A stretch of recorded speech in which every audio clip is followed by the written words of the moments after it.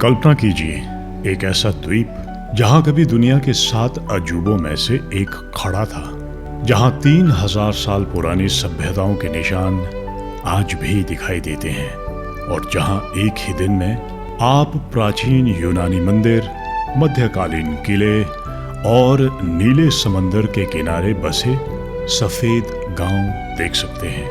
ये है roads, Greece का एक अद्भुत द्वीप।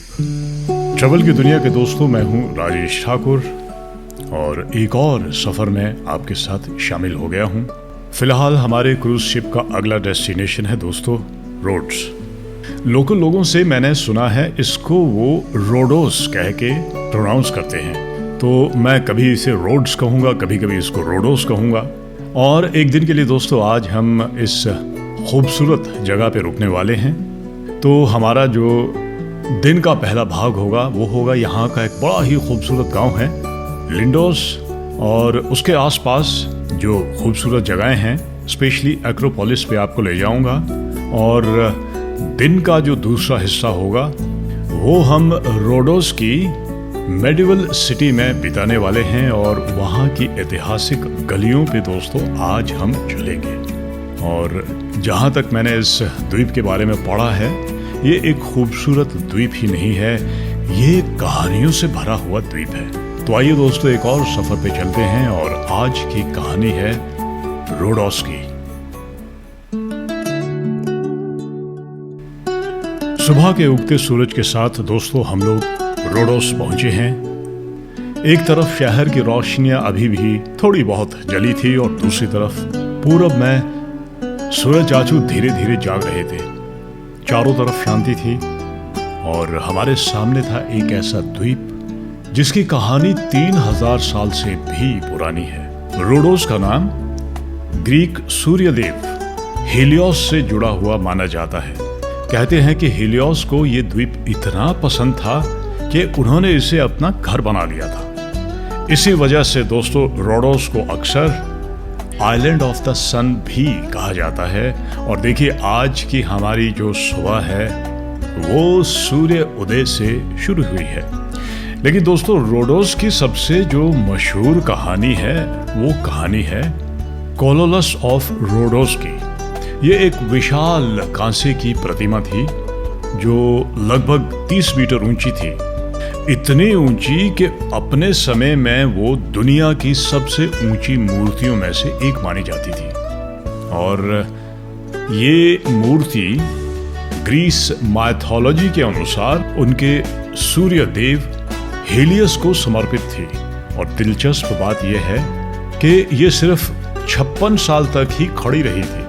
लगभग 226 BC में यहाँ पे एक बड़ा जबरदस्त भूकंप आया था जिसमें ये मूर्ति टूट गई थी, लेकिन उसके अवशेष लगभग 800 साल बाद तक रहे थे। इतिहासकार बताते हैं कि बाद में उस मूर्ति को धातु के रूप में बेच दिया गया था। आज दोस्तों कोलोसस यहाँ पे नहीं है, लेकिन उसकी कहानी रोडोस की पहचान बन चुकी है। सुबह सुबह दोस्तों आज अपने शिप पे ही अपना बढ़िया सा हम लोगों ने ब्रेकफास्ट किया है और निकल पड़े हैं इस खूबसूरत गांव को देखने के लिए।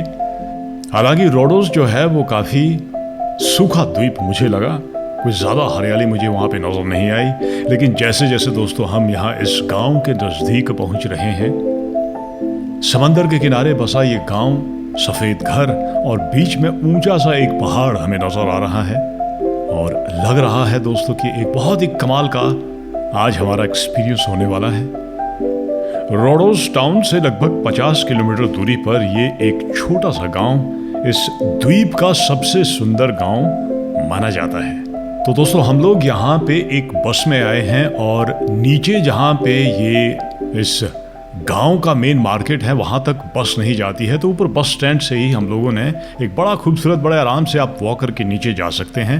हालांकि अगर चाहे तो यहाँ से आप टैक्सीज भी कर सकते हैं जो बड़े आराम से मिल जाती हैं, लेकिन हम लोग यहाँ पे घूमने फिरने के लिए आए हैं दोस्तों और इस ज़मीन को ज़रा महसूस करना चाहते थे। तो हम लोग वॉक करके ही नीचे गांव में पहुंचे और बड़ा ज़बरदस्त दोस्तों वो एक्सपीरियंस रहा। उतरते हुए बाईं तरफ हमारे एक बड़ा खूबसूरत एक बे बना है और बड़ा ऊंचा सा सामने एक पहाड़ है। उस पहाड़ पे है ऐतिहासिक एक्रोपोलिस और कहते हैं कि वहां से समंदर का दूसरी तरफ का बड़ा जबरदस्त नजारा है।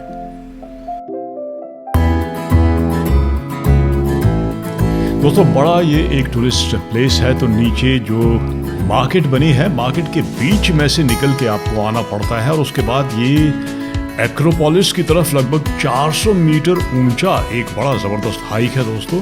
हालांकि भी बड़ा मुश्किल नहीं है, एक एवरेज फिटनेस वाला कोई भी इंसान थोड़ी मुशक्कत के बाद ऊपर पहुंच सकता है। मार्केट के बीच से गुजरते हुए बड़ा दिल कर रहा था कि यहाँ पे टहले, बड़ी संकरी वहाँ पे गलियां हैं और मार्केट के अंदर कोई भी ट्रैफिक अलाउड नहीं है, तो बड़ा ज़बरदस्त वहाँ पे भीड़ भड़का था दोस्तों।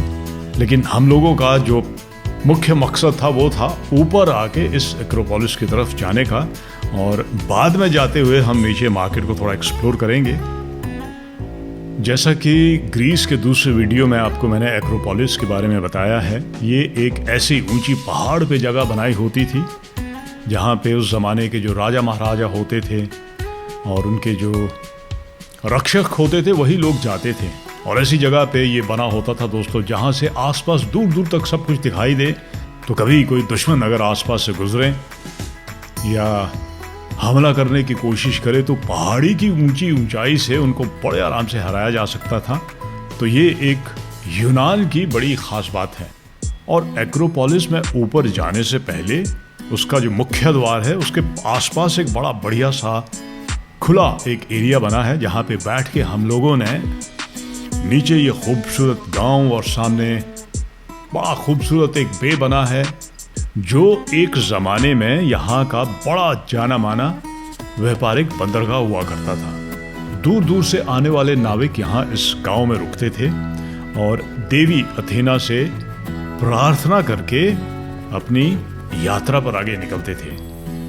और यहाँ की दोस्तों जो मुझे सबसे कमाल की चीज़ लगी वो है दोस्तों यहाँ का व्यू। ऊपर आते हुए पहाड़ी पे हमें चढ़ना पड़ता है, लेकिन हर मोड़ पे आपको इतना खूबसूरत सामने का नज़ारा रहता है कि आप थकान अपनी भूल जाते हैं। यहाँ पे जो सामने बे दिखाई देती है दोस्तों, इस बे का नाम है सेंट पॉल बे। कहा जाता है कि सन 51 में सेंट पॉल यहाँ पे आए थे। यहीं रोडोस में उतरकर उन्होंने क्रिश्चियनिटी का प्रचार किया था। दोस्तों इतिहास और प्रकृति का ये एक बड़ा ही सुंदर नज़ारा है। हालांकि इसके पीछे पता नहीं कितनी हजारों कहानियां दबी है और अगर आप चाहें तो उन पन्नों को आज भी पढ़ सकते हैं।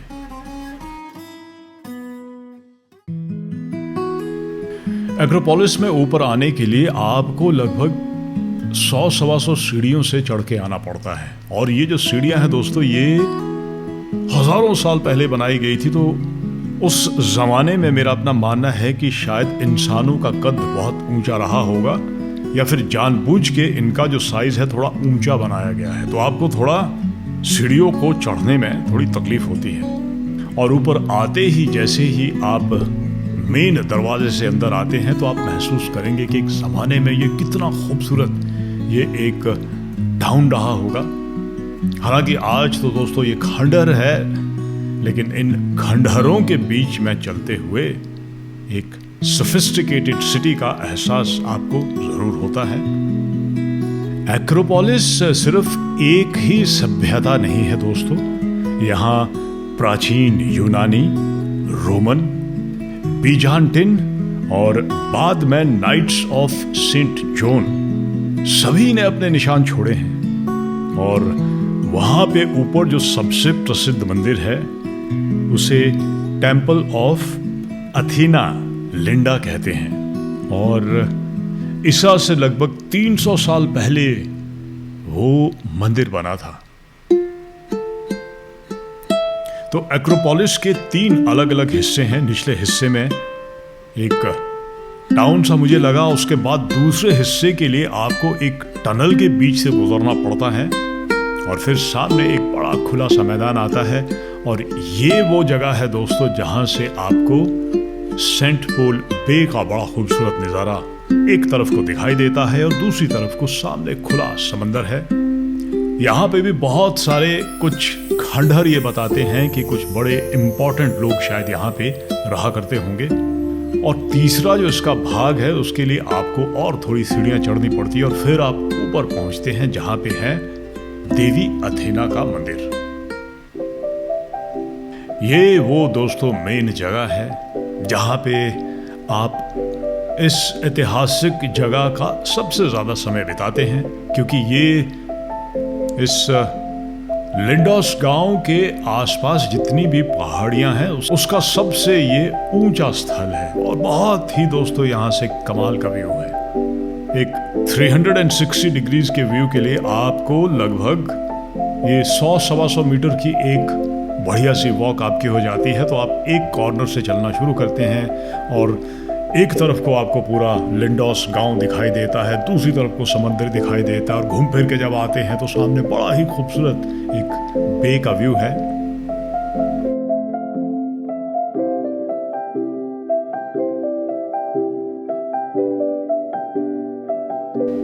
एक्रोपोलिस से नीचे उतरकर लिंडोस की गलियों में दोस्तों एक अलग ही एक्सपीरियंस रहा और यहीं पे हम लोगों ने आज अपना लंच किया ट्रेडिशनल ग्रीक तरीके से। हालांकि यहाँ पे बहुत सारे ऑप्शंस हमें मिले क्योंकि बड़ा ये एक टूरिस्ट प्लेस है और शॉपिंग के लिए ये जगह बहुत ही कमाल की है। बहुत से यहाँ पे सोवेनिर्स की शॉप, कपड़ों की, ज्वेलरीज की और बड़े छोटे छोटे बुटीक बने हैं और एक अलग ही एक्सपीरियंस दोस्तों यहाँ की मार्केट में आपको मिलेगा। और जब कभी भी आप यहाँ पे आइएगा दोस्तों तो अपने लिए एटलीस्ट 1 घंटा सिर्फ इस मार्केट को एक्सप्लोर करने के लिए रखिएगा।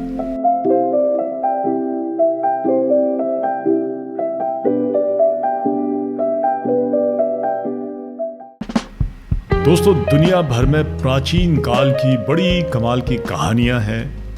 बहुत सी सभ्यताएं ऐसी हैं जिसके अब सिर्फ अवशेष बचे हैं, लेकिन इस शहर के बारे में कहा जाता है कि ये यूरोप का सबसे अच्छे तरीके से संरक्षित मध्यकालीन शहरों में से एक है। दोस्तों पूरा का पूरा ये शहर विशाल पत्थरों की दीवारों से घिरा है, यानी कि इस शहर के चारों तरफ बड़ी ऊंची ऊंची पत्थरों की दीवारें बनी है और इस टाउन में अंदर आने के लिए या बाहर जाने के लिए कुछ एक दरवाजे बने हैं।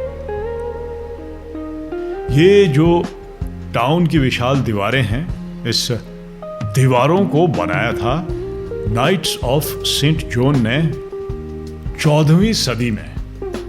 ये नाइट्स एक धार्मिक और सैन्य संगठन था जो क्रूसेड के समय यहाँ पे तैनात था। इस शहर की सबसे प्रसिद्ध सड़क है दोस्तों स्ट्रीट ऑफ द नाइट्स। तो आप अंदाजा लगा सकते हैं दोस्तों कि 14वीं शताब्दी की बनी वो सड़क आज भी आपका स्वागत कर रही है। दोस्तों जब इस सड़क पे मैं चल रहा था तो ऐसा लग रहा था कि ये सड़क अभी हाल ही में शायद बनी हो। बहुत साफ सुथरी और बहुत ही कमाल की ये सड़क है।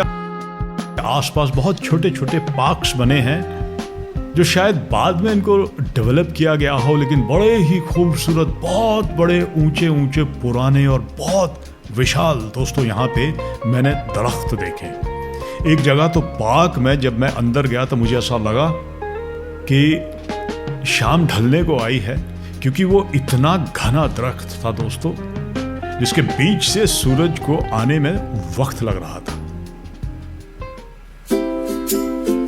दोस्तों एक ऐसा शहर है जहां पे चलते हुए, हालांकि ये आज का समय है लेकिन आपको ऐसा लगेगा कि आप हजारों साल पीछे चले गए हैं। ये दीवारें, ये सड़कें, ये गलियां आपको उस समय में ले जाएंगी जब ये बनी थी। भूल जाते हैं दोस्तों आप आज का ये मॉडर्न वर्ल्ड इन दीवारों के बीच में बसे इस टाउन में।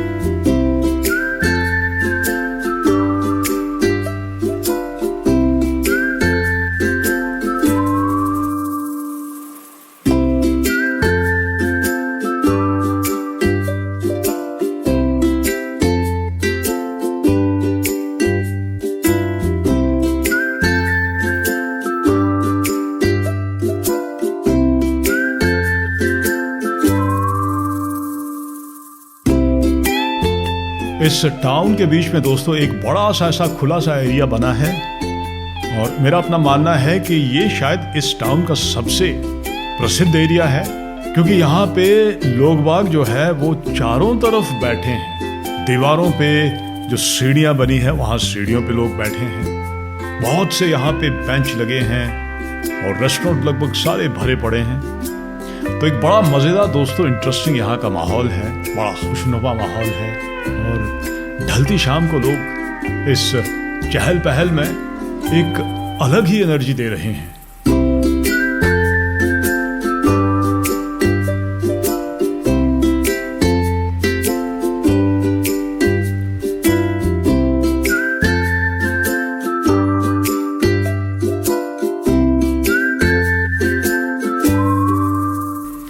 समय है दोस्तों इस टाउन को अलविदा कहने का और यहाँ का जो बड़ा सबसे मशहूर दरवाज़ा है, उस दरवाजे से बाहर यहाँ की एक बे बनी है, उसका बड़ा खूबसूरत नज़ारा है और उसके आसपास बड़ा ही एक कमाल का वॉक भी बना है और शाम को आप वहाँ जाके बैठ भी सकते हैं।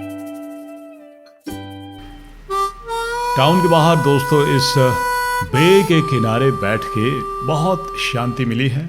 इस किले के चारों तरफ जो सड़क बनी है काफ़ी उस पर ट्रैफिक रहता है, लेकिन उसके बावजूद बड़ा फ्रेंडली सा यहाँ पे माहौल है। सड़क को क्रॉस करने में, आने जाने में एक बड़ा सेफ माहौल महसूस होता है। आते जाते लोगों के चेहरों पे मुस्कुराहट है और लोग बाग आपसे बात भी करते हैं। तो बहुत ही बढ़िया दोस्तों हमने यहाँ पे समय बिताया और अभी फ़िलहाल हम लोग यहाँ से वॉक करके, हमारा शिप जो है वो बड़ा नज़दीक यहाँ पे इस टाउन के पास खड़ा है और उसके नज़दीक है यहाँ की मशहूर विंड मिल्स। ये विंड मिल्स दोस्तों उस समय इस्तेमाल होते थे जब रोड्स मेडिटेरेनियन का एक बड़ा व्यापारिक केंद्र था, जहाँ जहाज़ों से आने वाला अनाज इन चक्कियों में पीसा जाता था। और सबसे अच्छी बात, हमारे क्रूज शिप और विंड मिल्स के बीच में बड़ा छोटा सा फासला है दोस्तों। सूरज धीरे धीरे ढल रहा है, समंदर सुनहरा हो चुका है और रोड्स का हार्बर एकदम जादुई लग रहा है। कुछ ही देर में दोस्तों हमारी यहाँ से वापसी है, लेकिन रोड्स में बिताया ये एक दिन हमें ले गया प्राचीन यूनान में, मध्यकालीन यूरोप में और आधुनिक ग्रीस में। तो दोस्तों कभी भी आप ग्रीस की तरफ अगर आ रहे हैं तो रोडोस को आप सिर्फ एक स्टॉपओवर ना समझे। ये एक ऐसा द्वीप है जहां हर पत्थर एक कहानी सुनाता है। दोस्तों इसी के साथ मेरा आज का ये सफ़र यहीं पे ख़त्म होता है। मैं हूं राजेश ठाकुर।